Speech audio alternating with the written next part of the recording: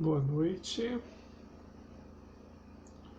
Esperamos que em breves minutos os nossos irmãos possam estar nos acompanhando na live de hoje.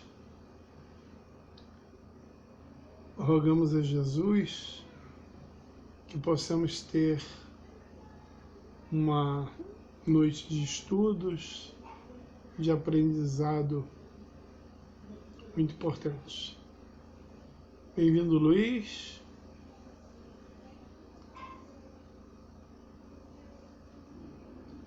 Façamos então uma prece simples e nela vamos envolver aqueles que nesse instante estão passando por dificuldades,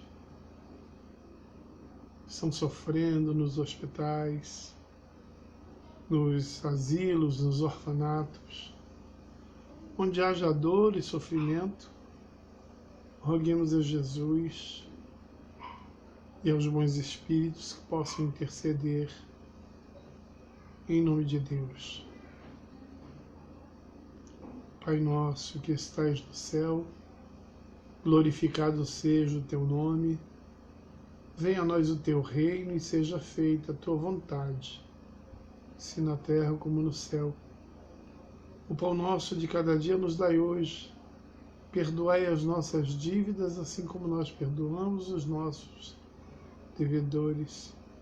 Perdoai as nossas ofensas, assim como nós perdoamos aqueles que nos têm ofendido. E não nos deixeis cair em tentação, mas livrai-nos de todo o mal. Que assim seja. Lúcia Helena, muito obrigado. Sandra Lúcia, boa noite. Eu agradeço a todos que nos acompanham e que têm acompanhado as lives de nossa Casa Espírita, porque isso nos estimula, né, mais ao estudo, à continuidade das nossas tarefas. Acredito que todos já estão, de alguma maneira, retornando a algumas atividades e acreditamos que em breve tempo, com condições sanitárias de controle, as casas espíritas estarão abertas, dando àqueles que se deslocarem até elas a oportunidade de conviver, de estudar, de aproveitar o convívio de uns com os outros. Então, no início agora, eu quero deixar um convite, ou melhor, dois convites. Um para a nossa Casa Espírita, no dia 2 de novembro, próximo futuro, nós realizaremos a nossa prece da saudade às 16 horas, presencialmente, né, com aquele cuidado, todos usando máscara, mas estaremos juntos. E, além do estudo, se Deus quiser, um bom convívio, né? Uma prece salutar pelos nossos desencarnados e, quem sabe até, com a anuência do plano espiritual, a permissão divina, alguma mensagem de paz e de conforto. Também, para o dia 8 também de novembro, estaremos realizando um almoço na nossa casa em favor da nossa emissora da Fraternidade, a Rádio Rio de Janeiro. Terá um espaço presencial, controlado, e para aquelas pessoas que quiserem contribuir para a rádio, mas não queiram almoçar lá, poderão também ligar para o telefone da minha casa, aqueles que têm contato com o Zap, reservar, né, a sua quentinha. Conversa comigo, a gente anota, mas eu deixo bem claro, as pessoas têm que reservar, para a gente ter noção de que horas, de quem vai lá, tá? E fiquem atentos, porque já tem no grupo da UMEN, no grupo do Centro, e vai daqui a pouco também na Rádio Rio de Janeiro ter detalhes a respeito desse evento. Bem, vamos ao nosso estudo. Temos aqui também a nossa irmã Luciana Alves. Eu vi uma carinha ali que parecia do Cláudio e Valéria Rosito, numa bolinha. Aqui, um abraço carinhoso para eles. Os itens que nós vamos estudar hoje, comentar, são os itens de número 13 e 14 da introdução do Livro dos Espíritos. Durante essas semanas que nos antecederam, de maneira assim brilhante, nossas companheiras Simone e Tatiana comentaram a respeito das controversas situações relacionadas às comunicações. E uma coisa ficou bem clara: o que é importante é aquilo que o Espírito diz, e não como ele diz. Não é o estilo, mas o fundo, né? Então é importante a gente analisar que aquela comunicação nos traz. Então nós começamos hoje com uma pergunta: como podem os espíritos superiores, em sua linguagem, divergirem? Muita gente acha que o espírito superior, por ser superior, ele tem que ter todos os mesmos pensamentos e não terem nenhum pensamento diferente de uma outra entidade. É bom lembrar que quando nós nos aprimoramos, nós realmente nos igualamos em conhecimento, em ações, e o nosso amor, né, se torna assim uma ação equilibrada e equitativa. Mas a nossa individualidade não se perde, porque se ela se perdesse, nós deixaríamos de existir. Então, muitas vezes, o ponto que as pessoas observam e criticam nas instruções e nas comunicações não são tão relevantes, né? Mas, como aqueles que desejam atacar a doutrina espírita, os seus postulados e os seus profitentes, encontram sempre um caminho.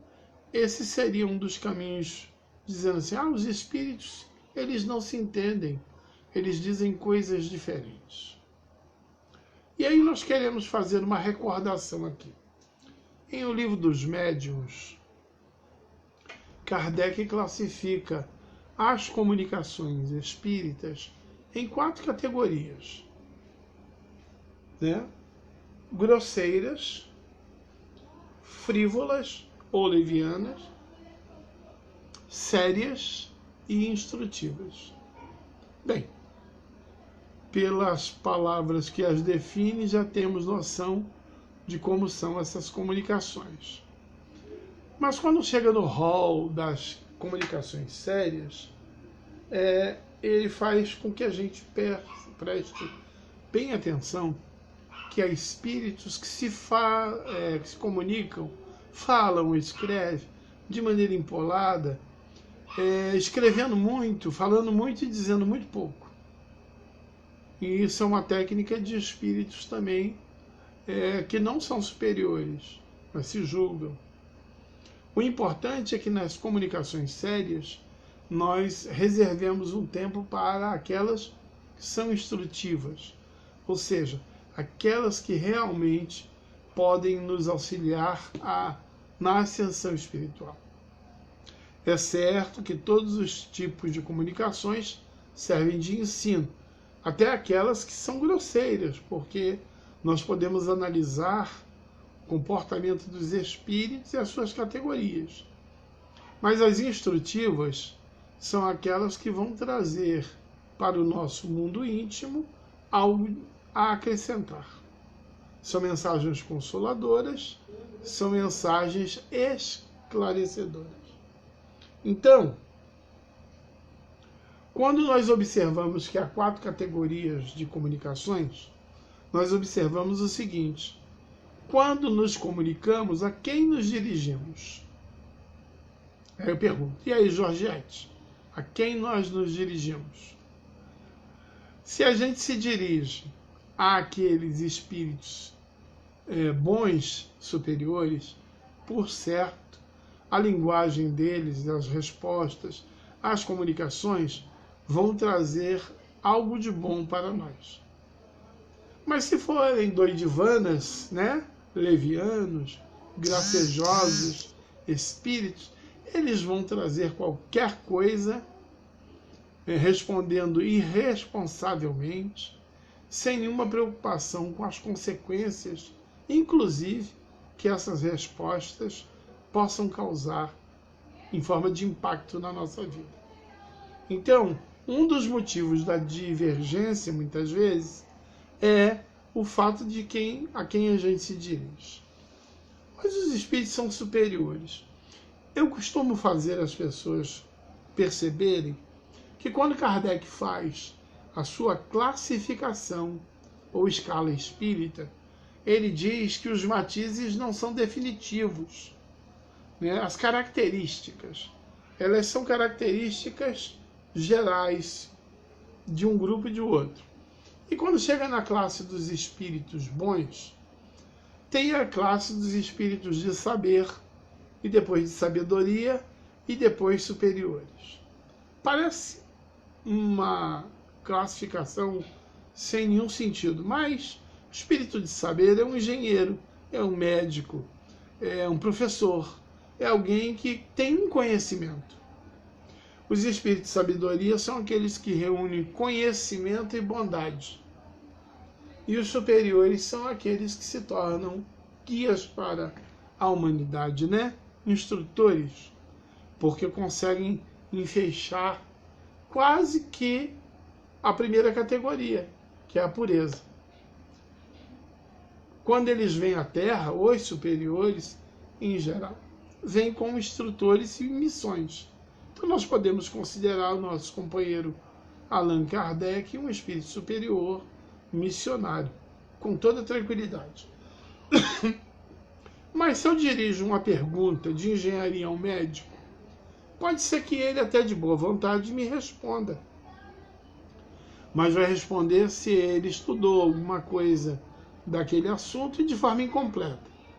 O outro, que é especialista, vai dizer com mais clareza. Não é, Lívia? Coraçãozinho para você também. Então, a gente percebe que se a gente se dirige a uma categoria e não a outra, a gente vai encontrar respostas diferentes sobre o mesmo assunto. Se eu pergunto a um professor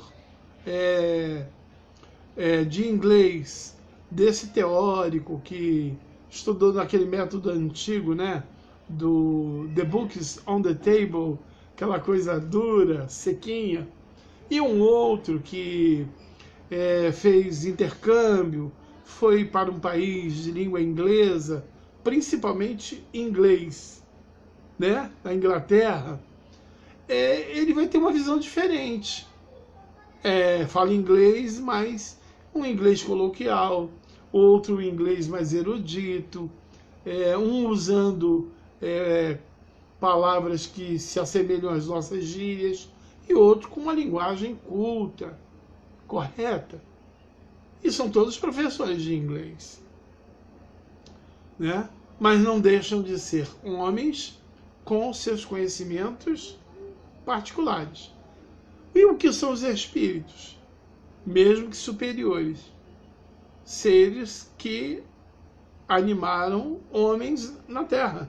Foram homens de saber, mas que também ainda têm algo a aprender e podem ter seus sistemas particulares, algumas ideias ainda particulares, mesmo que no fundo não divirjam do outro. Mas a forma, a colocação é toda pessoal. Uma das coisas que acontece muito claramente no centro espírita é você chegar para uma pessoa e pedir uma explicação sobre um tema e ela te responder a respeito da tua pergunta do que ela sabe, né? Mas se você pergunta ao outro que saiba mais ou menos, a resposta também virá, mas incompleta ou mais completa. A Jordete está dizendo, da mesma forma, quando perguntamos aos encarnados, as respostas serão de acordo com o conhecimento e sentimento individual de cada um. Ainda tem essa questão, né? Não podemos esquecer que os espíritos, nós temos sentimentos que são peculiares a cada um de nós. Nós temos conhecimento através de comentários da nossa irmã Ivone Pereira do Amaral, que um dos seus guias espirituais, Frederic Chopin, era muito apegado ainda à sua terra natal, né? Amoroso. Como a gente tem aqui o nosso Bezerra de Menezes, que apesar de ter condições de estar em esferas bem mais distantes da Terra, superiores, tem um amor infinito, né, por seus irmãos e pelo Brasil, e permanece aqui, né? Então ele é um sentimento que o faz ter um conhecimento e usar esse conhecimento numa linguagem mais profunda sobre os problemas humanos e da nossa pátria relacionados ao espiritismo. Então, nem sempre essa divergência ela é tão importante assim para se levantar como algo que pode se usar e atacar o espiritismo ou os espíritas. Na nossa estante material da Casa Espírita, nós temos vários livros de um autor talvez pouco conhecido e pouco estudado modernamente. Chama-se Carlos Embaçaí. E Carlos Embaçaí foi um jurista espírita que deixou de lado a ação de advogado, né, para ficar na questão da jurisprudência, servindo de assessor e de revisor e também de pessoa assim que conseguia trabalhar temas da área jurídica. E ele escreveu vários livros espíritas. Um desses livros tem o título de Religião, onde ele trabalha a questão de definir o espiritismo como uma religião, embora não tenha as características de culto que normalmente são atribuídas à religião.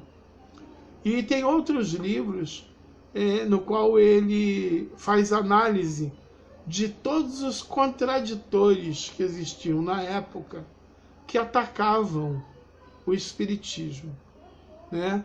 Aqueles que diziam que um espírito disse uma coisa, o outro disse outra, e ele vai esmiuçando, né, que as divergências são erros de interpretação, na maioria das vezes, até dos seus detratores, porque quando a gente quer denegrir, a gente não usa o texto inteiro, a gente separa um trecho e isoladamente trabalha por ele. Bruno, muito obrigado. Então ele tem esses livros. E um dos livros curiosos que tem na nossa biblioteca, do Embaçaí, tem o título de A Farsa Oculta da Mente, que é uma resposta a um livro chamado A Face Oculta da Mente, do padre Oscar Quevedo. Então ele escreve um livro combatendo as ideias do Quevedo e demonstrando que aquilo que o Quevedo tinha como ideias principais, elas não tinham, na verdade, o peso para a divergência. Eram questões de interpretação particular, né? Pontos de vista particulares. Então, muitas vezes, esses pontos de vista são as divergências, né? O outro tema que a gente tem aqui também para tratar, né, é sobre a questão da linguagem dos espíritos na ortografia.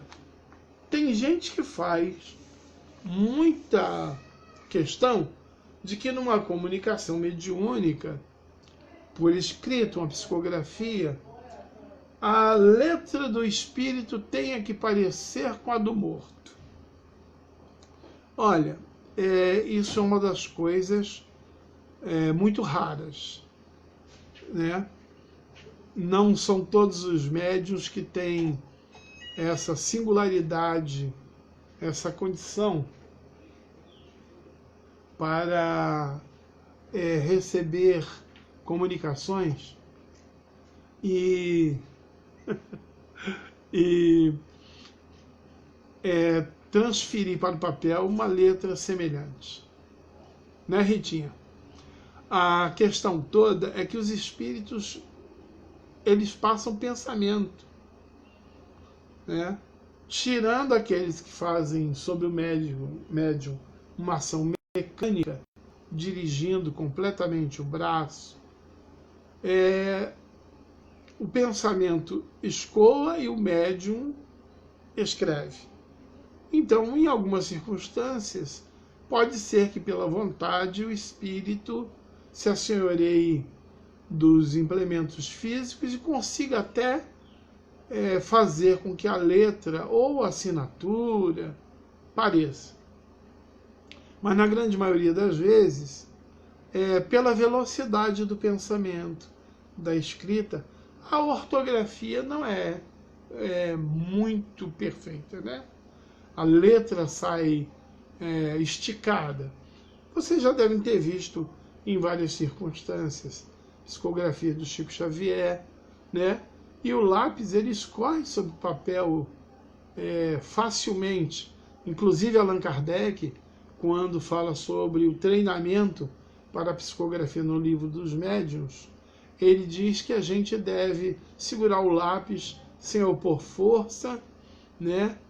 E sem que haja nada que impeça o movimento do braço, porque tudo atrapalha, deixar fluir, né?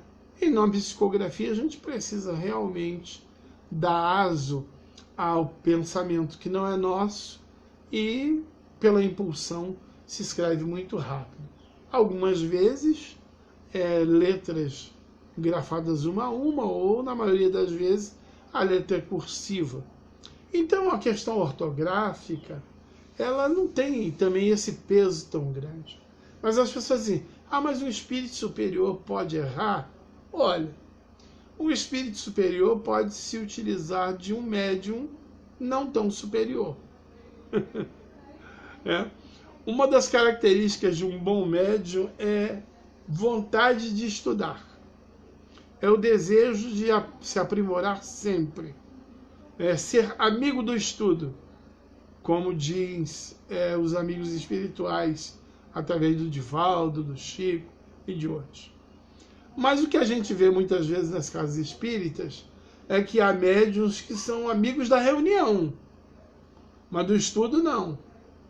Não gostam de estudar o Evangelho, não gostam de reuniões públicas, mas gostam de estar à mesa no dia para psicografar, para fazer uma série de coisas, né? A receber os mortos. Então, nem sempre o instrumento é tão perfeito. Outra coisa, dependendo da linguagem erudita de alguns espíritos, séria, pode ser que não seja de conhecimento do médium aquela palavra, né? Muitas vezes a pessoa naturalmente já se confunde com um S, dois S ou um C cedilha, e se ela faz isso na sua vida naturalmente, e a sua mediunidade não for mecânica, provavelmente ela vai escrever uma palavrinha com erro ortográfico, né? E daí para frente é sentar, ler e corrigir. Eu costumo dizer uma coisa para as pessoas interessante. Eu uso como explicação a mim mesmo. Eu tenho uma mediunidade intuitiva, né? Algumas vezes semi-intuitiva. Semi-intuitiva eu percebo que estou escrevendo e vou tendo conhecimento daquilo que vai sendo escrito à medida que vai sendo grafado. Mas normalmente eu recebo impressões dos espíritos em forma de imagens que muitas vezes eu confundo, isso é minha mente, como se fosse sons, uma voz e um ditado.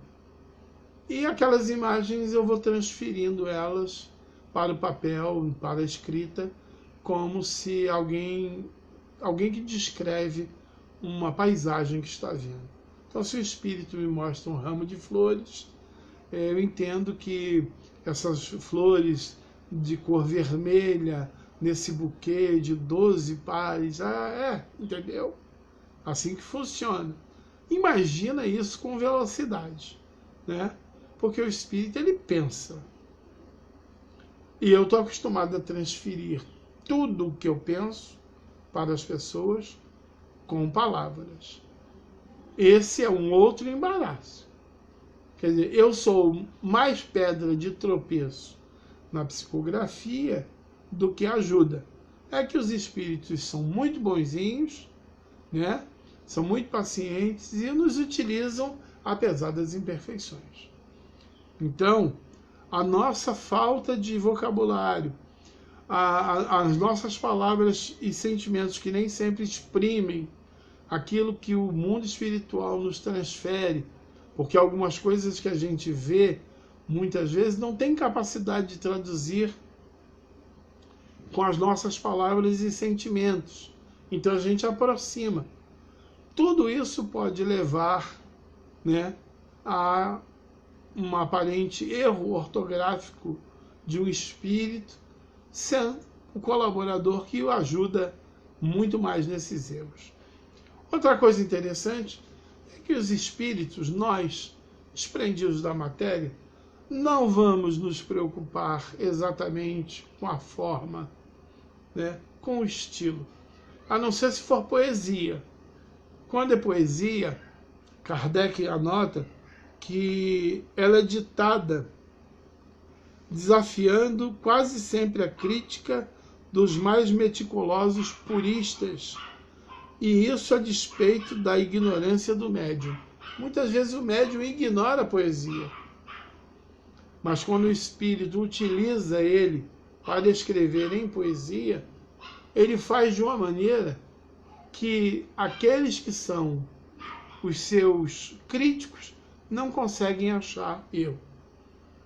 Agora vocês entenderam porque o primeiro livro ditado a Chico Xavier foi de poesias, Parnaso de Além Túmulo, porque Chico era um pouco mais que um adolescente, não tinha condição de imitar todos aqueles estilos literários extremamente diferenciados do livro, né? E as pessoas sempre costumam destacar um dos escritores deste livro, Parnaso, que foi Augusto dos Anjos, porque ele tinha um estilo muito difícil de ser copiado, era muito próprio. Há um outro livro também, psicografado pelo Chico Xavier, que foi analisado por pessoas que conheciam a obra do autor espiritual e declararam claramente que não podia ser uma cópia de estilo, sendo do espírito comunicante a obra. O nome do livro é Cristo Espera por Ti, Honoré de Balzac é o espírito comunicante. É um estilo tão próprio que não há a quem o copie. Então a gente pode observar que quando há um erro, ele vai se prender muito mais a um Fernando Revoredo, que não sabe todas as palavras, que já teve alguns embates com alguns desencarnados por pensamento. Certa feita, um espírito se comunicando por mim, na escrita, o nome dele era seu José Carlos Pelinca do Amaral. Ele foi um dos fundadores da União Municipal Espírita de Nilópolis e um bom trabalhador à sua época. Seu Pelinca era um homem enérgico, segundo me informaram, né? Turrão, de atitudes assim bem duras. Bem diferente do Revoredo. Aí ele mandou uma mensagem para o nosso irmão José Leone, também fundador de várias casas, trabalhador do movimento, que estava internado. E era uma página consoladora. E nessa página consoladora, ele vinha descrevendo os sentimentos e dizia assim, e não sei o que, supimpa. Quando chegou na hora de escrever supimpa, a minha mão parou, né? E eu comecei a discutir com o espírito que supimpa é uma palavra que não se usava mais. E ele disse o seguinte, o que importa para você, garoto? Eu quero que escreva. Aí eu falei, tá bom, escrevi. E o nosso irmão José Leone, ele riu, porque era uma palavra do seu Carlos Pelinca, muito utilizada por ele, né? E coisa que eu não tinha condição nenhuma de saber, porque eu não o conheci pessoalmente. Eu não tive o prazer de ser contemporâneo dele, né? E uma outra oportunidade, esse mesmo espírito escreveu uma mensagem para familiares e as filhas ficaram assim muito alegres porque conseguiram, pela linguagem dele, né, algumas colocações, dizer era do papai mesmo, né? Então, o mesmo motivo que muitas vezes faz com que a gente não entenda certos pensamentos é aquele que caracteriza e identifica os espíritos. Aí o Allan Kardec, nosso querido Allan Kardec, ele diz o seguinte, quanto tempo se leva para se formar um médico medíocre? E um bom médico? E quanto tempo se gasta de uma vida para se formar um sábio? Muito tempo. Aí ele diz assim, da mesma forma, estudar espiritismo, conhecer espiritismo, é um estudo muito longo. Não é uma coisa que se aprenda de um momento para outro. Então é pouco provável que as pessoas que se colocam como detratores do espiritismo, que o atacam, né, Vera do Geal, minha amiga Vera Lúcia Pinheiro, aqueles que se colocam contra, tenham tido o trabalho de estudar. Eles se pegam em pontos de vistas, em palavras, e acham que estão completamente certos. Né, Solane? Boa noite para você também. O que acontece, em geral, é que há pessoas que, por exemplo, têm dúvidas na hora de escrever o sinto muito, e podem grafá-lo no papelzinho com C, né? O cinto de apertar na cintura. Mas isso aí é muito fácil de corrigir. E uma coisa que é aconselhada para nós, médiuns muito comuns, e que foi aconselhada ao nosso irmão Divaldo Pereira Franco, que é excepcional, que é um homem que tem um vocabulário, uma oratória limpa, né? Use um dicionário. Tem dúvida? Use um dicionário. Antes de entregar a mensagem para quem quer que seja, se é esse o fim da mensagem, né, a finalidade, faça uma pequena revisão do texto. Uma das coisas que eu costumo dizer para as pessoas, que os espíritos, como eles pensam, eles não pontuam, não é? O espírito, na verdade, ele não diz uma frase e diz assim, ponto de interrogação, exclamação, vírgula. Eles pensam e passam o pensamento. Então, se tem vírgula, se tem pontuação, é porque, de uma forma intuitiva, nós guardamos o momento em que essa pontuação vai ser necessária.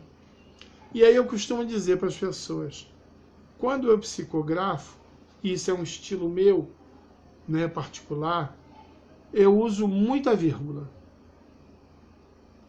Então, é como alguém que fala e tem que respirar. Então, muitas vezes, para eu ler, para a pessoa ler a mensagem, tem que ler com uma certa calma, para não interpretar na pausa um sentido diferente daquilo que o Espírito quis passar. Se eu consigo interferir no sentido, imagina não interferir na ortografia, na letra, né? Embora eu fico muito satisfeito quando, de alguma maneira, a letra também auxilia as pessoas a prestarem atenção na mensagem, né? Quando ela vem assim bem mais clara, né? Que não precisa de muitos retoques. Então a gente observa, meus irmãos, que esses dois momentos de divergência em cima daquilo que os espíritos se comunicam, se dilui numa instrução simples. Não é importante o que o espírito diga, mas o que ele está dizendo. Ou seja, não é aquilo que está escrito, o estilo, mas o conteúdo, aquilo que ele está dizendo, transmitindo, a sua instrução final. Então, muitas vezes, as pessoas se apegam, e isso acontece muito também no nosso meio, a mensagem recebida por fulano de tal, do espírito tal. E aí a pessoa grava a mensagem, põe nas redes sociais, e as pessoas começam a dar like daqui, like de lá, sem analisar a mensagem. Ah, porque foi o espírito tal que comunicou. E muitas vezes são mensagens que não trazem nenhum acréscimo às nossas vidas, nada assim tão importante, com um estilo muitas vezes mais pomposo que correto, né? Falam muito e dizem pouco, quando nós sabemos que os espíritos superiores fazem muito bem ao contrário, falam o mínimo e dizem muito. A esse princípio, desculpem eu estar usando de vez em quando assim algumas coisas que da minha experiência particular, porque para falar bem, eu posso falar bem de todo mundo, mas para falar de alguns erros eu tenho que usar as minhas próprias experiências, né? Porque são aprendizado. Certa vez na nossa casa espírita, Humilde com Jesus, na presença do nosso irmão José Adão, eu psicografei uma mensagem muito curtinha, muito simples, e onde o espírito assinava um amigo do movimento espírita. E, sinceramente, eu nem me prendi muito. A mensagem foi como um bilhete, né? Me prendi a uma outra, que era da esposa do Adão, já desencarnada, nossa querida Ives, e que ela falava de algumas coisas que ele falou assim, tinha que ser ela, porque você não viveu conosco, não sabia desses detalhes, porque todos os detalhes que ela colocava, você talvez nem tivesse nascido ou era uma criança quando ocorreram. Mas, passado um ano, nós estivemos na União Kardecista, fazendo uma palestra, e ao final da palestra, o Adão releu a mensagem do Espírito Amigo do Movimento Espírita. Quando ele começou a ler, eu comecei a prestar atenção na profundidade de visão daquele Espírito em tão poucas palavras. E o Adão, muito satisfeito, ao final disse assim, que estava lendo uma mensagem e em homenagem ao fundador da União Kardecista e mentor, né, da casa e de outras casas, um grande trabalhador conhecido como José Luiz do Espírito Santo. Então, o José Luiz, um espírito maravilhoso, um dia utilizou um instrumento muito fraquinho, mas como serviu, tá bom. Então, meus irmãos, que a gente continue assim, se aprimorando no estudo da doutrina, sem pressa, sem correria, mas com muita vontade de aprender, tirar as dúvidas, se esclarecer. Kardec diz que o bom conhecedor da doutrina espírita é o adepto esclarecido, é um médium melhor, é o propagador da verdade.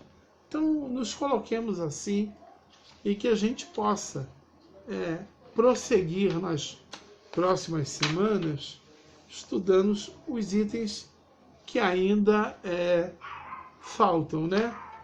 E nós esperamos, sinceramente, como só faltam 2 itens para terminar, e que a gente possa fazer o último item em conjunto, né? Eu estou com a ideia de fazer junto com a Simone e com a Tatiana o último item num bate-papo assim mais amplo. Muito obrigado a vocês que nos acompanharam. Renovamos o nosso convite para o dia 2 de novembro, nossa prece da saudade, até porque com a nossa presença, as vibrações pelos nossos entes queridos são mais potentes, né? E depois no dia 8, naquele almoço em favor da Rádio Rio de Janeiro, né? Precisamos cerrar as nossas fileiras em torno da rádio, que possivelmente tem salvo muitas vidas durante esse tempo de pandemia, levando conforto aos ouvintes, como a nós também.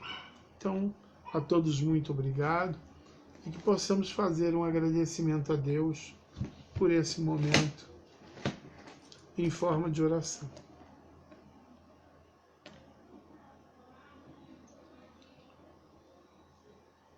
Jesus querido, amigo de todas as horas, bons espíritos que nos assistiram durante esse estudo, que nos apoiaram e que estiveram em torno daqueles que nos acompanharam também.